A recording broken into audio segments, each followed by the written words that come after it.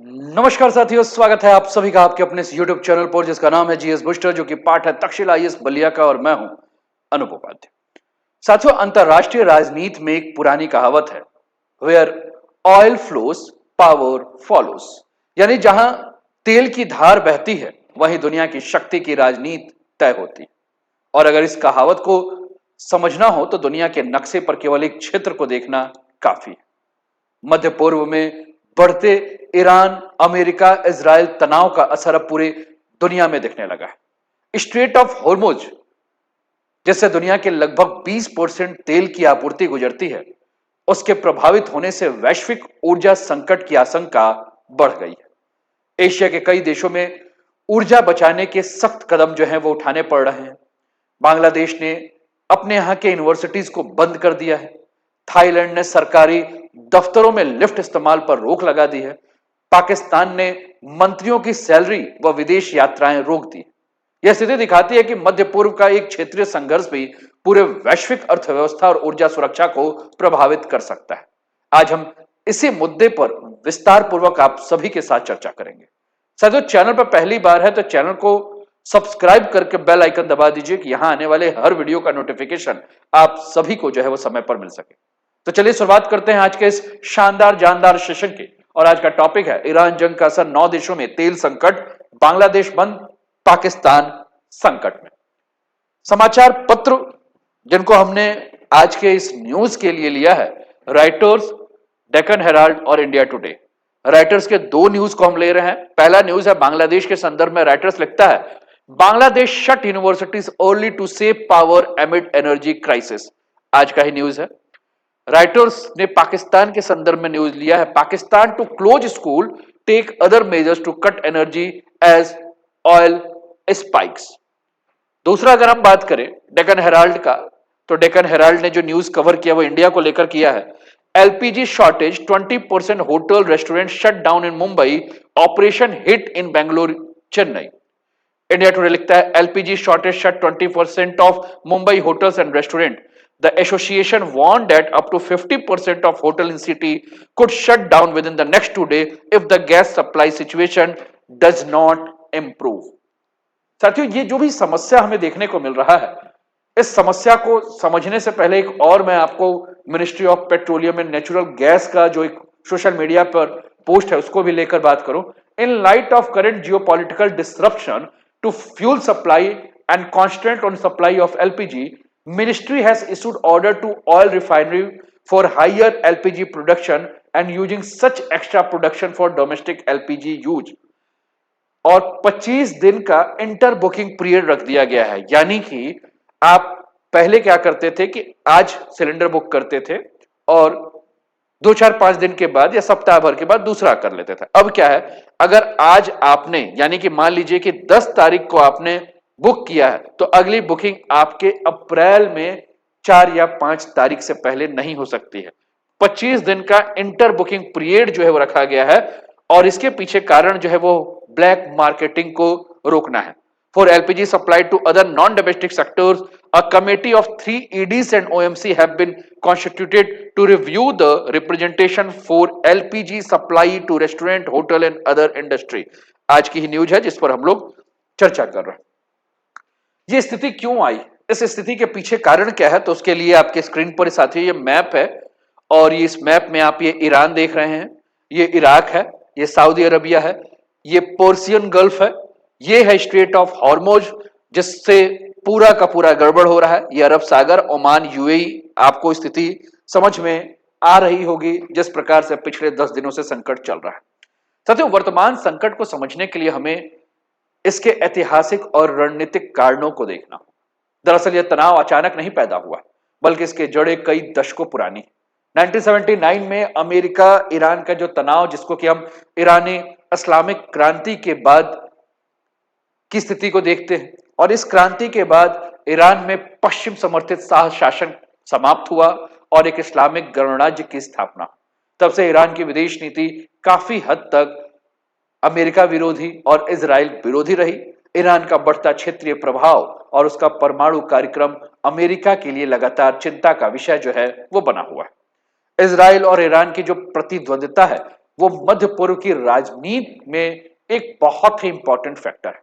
Iran पर आरोप है कि वह इस क्षेत्र में कई संगठनों को समर्थन देता है, जैसे हिजबुल्लाह लेबनान में, गाजा में हमास को, और इराक और सीरिया में शिया मिलिशिया को, और इजराइल इन संगठनों को अपनी राष्ट्रीय सुरक्षा के लिए प्रत्यक्ष खतरा मानता है। इसके अलावा परमाणु कार्यक्रम विवाद, जिसके चलते ये पूरा का पूरा युद्ध जो है शुरू हुआ है, क्योंकि ईरान का परमाणु कार्यक्रम इस संघर्ष का सबसे संवेदनशील मुद्दा है।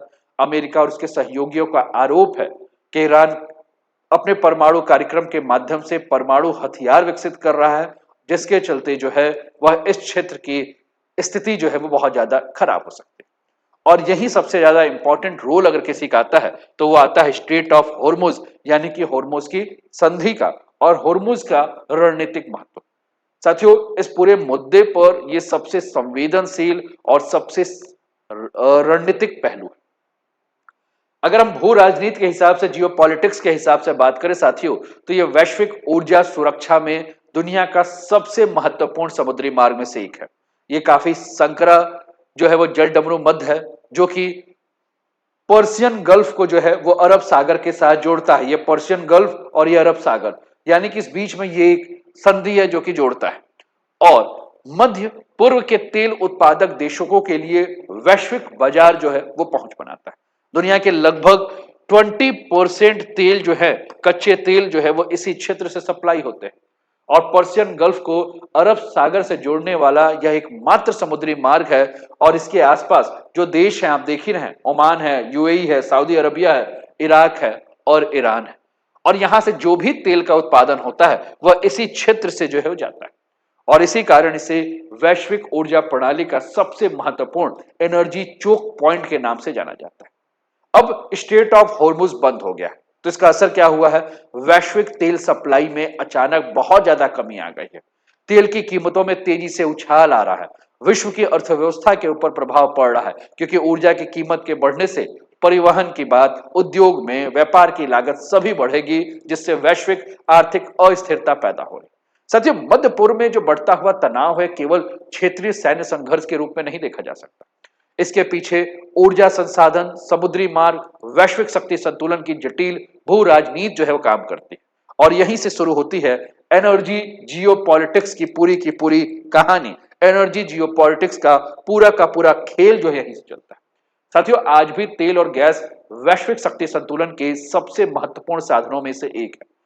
जिस देश के पास ऊर्जा संसाधनों पर नियंत्रण है, तेल और गैस के समुद्री मार्ग सुरक्षित रखते हैं, वैश्विक ऊर्जा आपूर्ति को प्रभावित कर सकते हैं, वो अंतर्राष्ट्रीय राजनीति में अधिक प्रभावशाली भूमिका निभाते हैं। और यही कारण है कि ईरान खुलकर कह रहा है कि 1 लीटर तेल भी आप इस क्षेत्र से लेकर गुजरिए। साथियों, आपकी स्क्रीन पर यह बंदर अब्बास जो है वो आपका बंदरगाह है, जो कि ईरान का है, यहीं पास में आपका चाबहार है, और ये सारे पोर्ट्स आपको जो देखने को मिल रहे हैं इस जगह पर। और ये पूरा आप देखिए, चाहे आप कुवैत की बात करें, ईरान की बात करें, बहरीन के क्षेत्र में, कतर के क्षेत्र में बात करें, सऊदी अरबिया की बात करें, यूएई की बात करें, है ना, ये आप देखिए यहाँ आपको टर्मिनल्स जो है, जितने भी ये ब्लू ब्लू आपको पॉइंट्स डॉटेज दिख रहे हैं, वो सारे के सारे जो है वो टर्मिनल्स है ना। और इसी कारण से मध्य पूर्व दशकों से अगर हम बात करें तो मध्य पूर्व में दशकों से वैश्विक शक्तियों की रणनीतिक प्रतिस्पर्धा का जो है एक केंद्र बना हुआ है। साथियों, दुनिया के कुछ समुद्री मार्ग ऐसे हैं जिसे कि हम स्ट्रेटेजिक चोक पॉइंट के नाम से जानते हैं, जैसे कि स्ट्रेट ऑफ हॉर्मुज की हम बात करें। इसके अलावा अंडमान निकोबार के आसपास अगर आप देखेंगे तो आपको स्ट्रेट ऑफ मलक्का नजर आएगा। इसके अलावा स्वेज नहर, स्वेज कैनाल, जो कि ब्लैक सी से लाल सागर तक, यानी कि रेड सी और ब्लैक सी के बीच का जो क्षेत्र है ना, ये। इसके अलावा पनामा कैनाल को आप देख सकते हैं। इन मार्गों को दुनिया का सबसे बड़ा हिस्सा जो इसमें होता है वो तेल और व्यापारिक जहाजों के लिए जो है वो होता है, क्योंकि दुनिया के सबसे बड़े हिस्से के जो तेल और व्यापारिक जहाज होते हैं वो यहीं से गुजरते हैं। और यदि इसमें किसी भी कारण से अवरोध उत्पन्न हो जाए तो वैश्विक व्यापार, ऊर्जा आपूर्ति और यह सप्लाई चेन की पूरी श्रृंखला जो है, इस पर गंभीर प्रभाव जो है वो देखने को मिलता है। चलिए आगे बढ़ते हैं, और आप देख रहे हैं अभी जैसे कि हमने स्वेज कैनाल के बारे में अगर हमने बात किया, अभी हमने जैसे मलक्का स्ट्रेट्स के बारे में बात किया, अभी हमने जैसे यहाँ आपका हॉर्मुज के बारे में बात किया, यहाँ की अगर हम बात करें तो यहाँ पनामा के बारे में बात करें, तो बहुत ही इंपॉर्टेंट चोक पॉइंट्स हैं ग्लोबल मैरीटाइम शिपिंग रूट्स जो है वो आपकी स्क्रीन पर देखने को जो है वो मिल रहा है। हॉर्मुज के बारे में हमने पहले भी कहा कि दुनिया के तेल की सप्लाई का बेहद अहम रूट है, जो कि मैप में आप देख रहे हैं। इसके अलावा बात करें तो साथियों, जिस प्रकार की कंडीशन आई है, बैंकॉक समेत पूरे थाईलैंड में पेट्रोल और डीजल लेने के लिए लाइनें लगी हैं। इसके अलावा अगर हम बात करें तो पाकिस्तान के प्रधानमंत्री शहबाज शरीफ ने जो है वो आज ऐलान किया है कि वो कटौती जो है वो करने वाले, है ना। साथियों, मध्य पूर्व की राजनीति में ईरान, सऊदी अरब, इजराइल, अमेरिका प्रमुख रणनीतिक खिलाड़ी है। ईरान इस क्षेत्र में अपनी राजनीतिक और सैन्य प्रभाव को जो है बढ़ाना चाहता है, जबकि अमेरिका और इजराइल इस प्रभाव को सीमित करने की रणनीति को अपना रहे हैं। और इस शक्ति प्रतिस्पर्धा के कारण मध्य पूर्व अक्सर प्रॉक्सी कॉन्फ्लिक्ट्स या सैन्य तनाव का जो है वो केंद्र जो है वो बना हुआ है। साथियों, तेल की कीमतों में वृद्धि का प्रभाव केवल ऊर्जा और बाजार तक सीमित नहीं रहता है। इसके अगर हम प्रभाव की बात करें तो इसके आर्थिक प्रभाव जो है वो सीधे महंगाई यानी कि इन्फ्लेशन पे होता है। और ये वैश्विक महंगाई क्या है, कई देशों में ऊर्जा संकट पैदा हो सकता है, विकासशील देशों की अर्थव्यवस्था के ऊपर अतिरिक्त दबाव पड़ सकता है, परिवहन, उद्योग और उत्पादन लागत जो है वो बढ़ जाएगा, और इस प्रकार यह ऊर्जा संकट अंततः वैश्विक आर्थिक अस्थिरता को जो है वो जन्म दे सकता है। एशिया की अगर हम बात करें तो जैसा कि हमने आपको थाईलैंड की बात करी, जैसा कि हमने पाकिस्तान की बात की, इसके अलावा बांग्लादेश में भी अगर हम बात करें तो 95% ऊर्जा जरूरत जो है वो आयात पर है, और वैश्विक तेल और गैस सप्लाई प्रभावित होने से बांग्लादेश में भी ऊर्जा संकट बढ़ चुका है। यानी कि एशिया पर भी इसके विशेष प्रभाव जो है वो हमें देखने को मिल रहा है। साथियों, बांग्लादेश में ऊर्जा बचत के लिए कई विश्वविद्यालय और संस्थानों को अस्थायी रूप से बंद करने का निर्णय लिया गया है। थाईलैंड सरकार ने राष्ट्रीय ऊर्जा बचत अभियान जो है शुरू कर दिया है, जिसमें बिजली और ईंधन के खपत को कम करने पर जोर दिया गया है। पाकिस्तान ने बढ़ती ऊर्जा लागत को देखते हुए सरकारी खर्च में कटौती की है और ऊर्जा उपयोग को सीमित किया है। चीन संभावित आपूर्ति संकट से बचने के लिए अपने रणनीतिक तेल भंडार को और मजबूत करने की नीति जो है वो बना रहा है। और साथ ही इसमें भारत कहीं से भी अछूता नहीं है।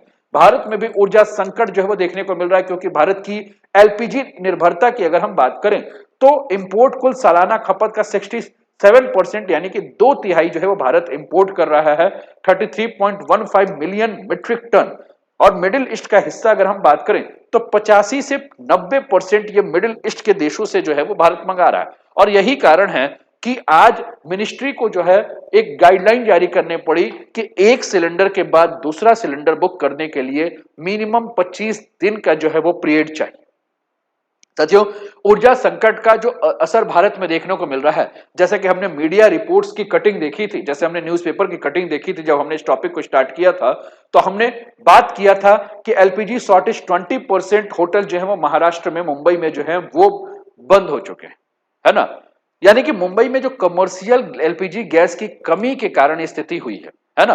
होटल इंडस्ट्री का जो संगठन है आहार, उसके मुताबिक अगर गैस सप्लाई जल्द समान नहीं हुआ तो स्थिति जो है वो और क्या हो सकती है, स्थिति और ज्यादा जो है वो खराब हो सकती है, स्थिति और भी ज्यादा जो है वो बिगड़ सकती है। Mumbai hotel shut down, 20% of hotel and restaurant close due to LPG shortage. AHAR wants up to 50% of hotel में close if gas supply crisis continues, है ना। ये कह रहे हैं कि 50% तक जो है वो होटल बंद होने का खतरा है, और होटल और रेस्टोरेंट में खाना बनाने के लिए बड़ी मात्रा में कमर्शियल एलपीजी सिलेंडर का जो है वो इस्तेमाल होता है। लेकिन हाल के दिनों में गैस सप्लाई में बाधा आने के कारण कई छोटे और मध्यम होटल अपने संचालन को जारी नहीं रख पा रहे हैं। इसके अलावा कुछ रिपोर्ट्स ये भी कह रहे हैं कि कई होटल मालिक सरकारी जांच या छापे के डर से जो है वह अपने संचालन को बंद भी कर रहा है। और यह स्थिति दिखाती है कि मध्य पूर्व में चल रहा संघर्ष केवल युद्ध क्षेत्र तक सीमित नहीं है, बल्कि उसका असर दुनिया के अलग अलग शहरों पर और स्थानीय अर्थव्यवस्था के ऊपर भी पड़ रहा है। साथियों, इन घटनाओं का सबसे महत्वपूर्ण तथ्य स्पष्ट है कि एक क्षेत्रीय सैन्य संघर्ष यदि ऊर्जा आपूर्ति से जुड़ा है तो वो बहुत ही जल्दी वैश्विक आर्थिक संकट का जो है वो रूप ले सकता है। और इसलिए मध्य पूर्व की स्थिरता केवल क्षेत्रीय नहीं बल्कि पूरी विश्व अर्थव्यवस्था की स्थिरता के लिए आवश्यक है। चलिए कुछ और भी हम देख लें। इजराइल ईरान जो जंग है, इसमें आज ईरान ने कहा, जैसा कि मैंने अभी रिपीट भी किया, कि ईरान ने कहा है कि तुम 1 लीटर भी तेल होर्मुज से पार करके ले लो तो हम जान जाए। ईरान के पास दुनिया का तीसरा सबसे बड़ा तेल भंडार है। दुनिया के कुल तेल भंडार का लगभग 11.8% ईरान के पास है। डेली प्रोडक्शन लगभग 33 लाख बैरल है। ओपेक में तीसरा सबसे बड़ा तेल उत्पादक है। मुख्य खरीदार चीन और एशियाई देश हैं। दुनिया की ऊर्जा सप्लाई का 4.5% हिस्सा जो है वो ईरान के पास है। हॉर्मुज स्ट्रेट्स के बारे में हमने अभी थोड़ी देर पहले चर्चा की। इसके अलावा बात करें तो एक खर्ग आइलैंड है और इस पर अमेरिका ने जो है अभी कब्जा किया है इसी लड़ाई के बीच में। 80 से 90% क्रूड ऑयल ईरान का यहीं से आता है। यहां से दुनिया का 20% तेल गुजरता है हॉर्मुज से। और टोटल स्टोरेज कैपेसिटी अगर हम बात करें तो लगभग 3 करोड़ बैरल है। ऑयल लोडिंग कैपेसिटी रोजाना लगभग 70 लाख बैरल है। किसका? खार्ग के बारे में हम बात कर रहे हैं।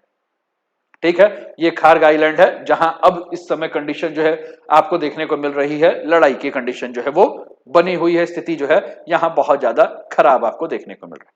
तो साथियों, ये जो हम लोग टॉपिक डिस्कस कर रहे हैं इसमें हम यही कह सकते हैं कि ईरान अमेरिका इजराइल संघर्ष केवल एक सैन्य टकराव नहीं बल्कि ऊर्जा, भू राजनीति और वैश्विक अर्थव्यवस्था के जटिल संबंधों का एक जीता जागता उदाहरण है। और यह संकट हमें याद दिलाता है कि वैश्विक ऊर्जा व्यवस्था अभी भी अत्यधिक असुरक्षित है। समुद्री मार्गों की सुरक्षा अंतर्राष्ट्रीय राजनीति का एक महत्वपूर्ण विषय है। दीर्घकालिक समाधान के लिए दुनिया को नवीकरणीय ऊर्जा और ऊर्जा विविधीकरण के रूप के लिए जो है आगे बढ़ना होगा। और मध्य पूर्व में युद्ध केवल सीमाओं के लिए नहीं होते बल्कि तेल के कुओं और समुद्री रास्तों के नियंत्रण के लिए भी होते हैं, और यही हो रहा है। आपको क्या लगता है, ये जो ईरान इजराइल अमेरिका का पूरा युद्ध है उससे आने वाला भविष्य कैसा होगा? एशिया के ऊपर इसके क्या प्रभाव पड़ेंगे? भारत के ऊपर इसके क्या प्रभाव पड़ेंगे? आप कमेंट के माध्यम से अवश्य बताएं। और कैसा लगा सेशन ये भी हमें जरूर बताएं। साथियों, चैनल को अभी तक सब्सक्राइब नहीं किया तो सब्सक्राइब कर दीजिए, वीडियो को लाइक नहीं किया तो लाइक कर दीजिए, शेयर नहीं किया तो शेयर कर दीजिए। और अपना ध्यान रखिए, स्वस्थ रहिए, मस्त रहिए, तंदुरुस्त रहिए, हंसते खेलते मुस्कुराते हुए जीवन का आनंद लीजिए। जय हिंद, जय भारत।